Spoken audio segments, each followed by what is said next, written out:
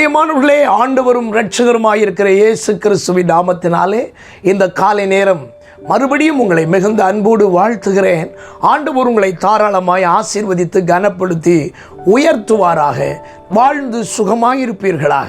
இந்த காலை நேரம் நம்முடைய தியானத்திற்காய் ஆண்டவருடைய வேதத்தில் ஒரு வசனத்தை வாசிக்கலாமா?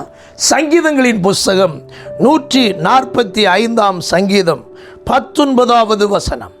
அவர் தமக்கு பயந்தவர்களுடைய விருப்பத்தின்படி செய்து அவர்கள் கூப்பிடுதலை கேட்டு அவர்களை ரட்சிக்கிறார். என கண்பான தேவனுடைய பிள்ளைகளே, ஆண்டவருக்கு பயந்தவர்களின் முக்கியமான 2 ஆசீர்வாதத்தை இந்த வசனத்திலே நாம் பார்க்கிறோம். தேவனுக்கு பயந்தவர்களுடைய விருப்பத்தை அவர் நிறைவேற்றுகிறாராம்.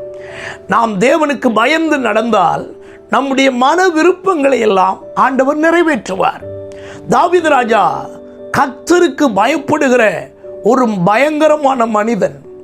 அவருடைய வாழ்க்கையை குறித்து தான் 20வது சங்கீதத்தில் ஆசாரியர்கள் அவரை வாழ்த்தும் போது சொல்லுகிறார்கள், கர்த்தர் உம்முடைய மன விருப்பத்தின்படி உமக்கு தந்தருளி உம்முடைய ஆலோசனைகளை எல்லாம் நிறைவேற்றுவாராக என்று.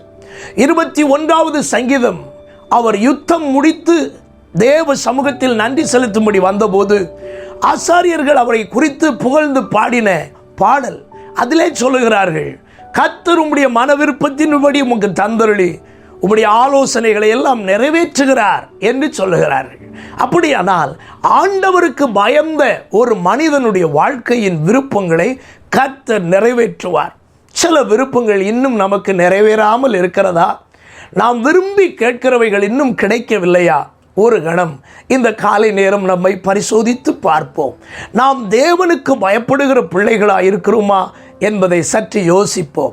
கர்த்தருக்கு பயப்படாத ஒரு வாழ்க்கை நமக்கு காணப்பட்டால் இன்றோடு அதை நிறுத்திவிட்டு ஆண்டவருக்கு பயப்படுகிற ஒரு அனுபவத்தை நம்முடைய வாழ்க்கையில் நாம் எடுத்துக்கொள்வோம்.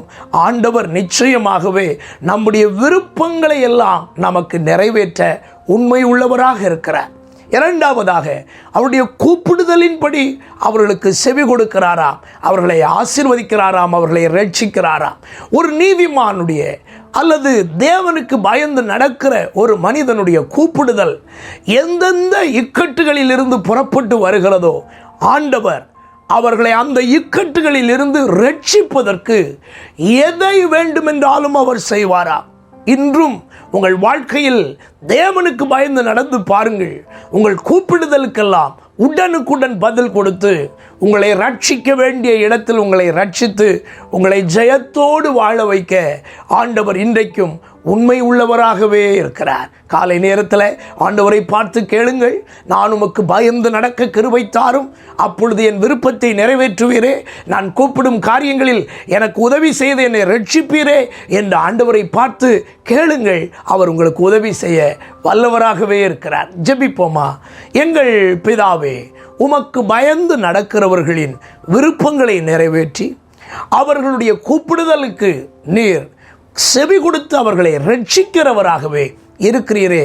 இந்த காலை நேரத்திலும் நாங்கள் உமக்கு பயப்படும் பயத்தை அதிகமாய் விரும்பவும் எப்பொழுதும் பயந்திருக்கவும் எங்களுக்கு உதவி தாரும். ஆண்டவரே, கர்த்தருக்கு பயப்படுகிறதினால் வருகிற இந்த 2 ஆசீர்வாதங்களையும் நாங்கள் பெற்றுக்கொள்ள எங்களுக்கு உதவி செய்யும். இந்த நாளையும் எங்களுக்கு ஆசீர்வாதமாய் மாற்றித்தாரும், ஜெயமாய் நடத்தும். இரட்சகர் இயேசுவின் நாமத்தில் வேண்டிக் கொள்கிறோம் எங்கள் நல்ல பிதாவே, ஆமென். God bless you. கர்த்தர் உங்களை ஆசீர்வதிப்பார். ஆமென்.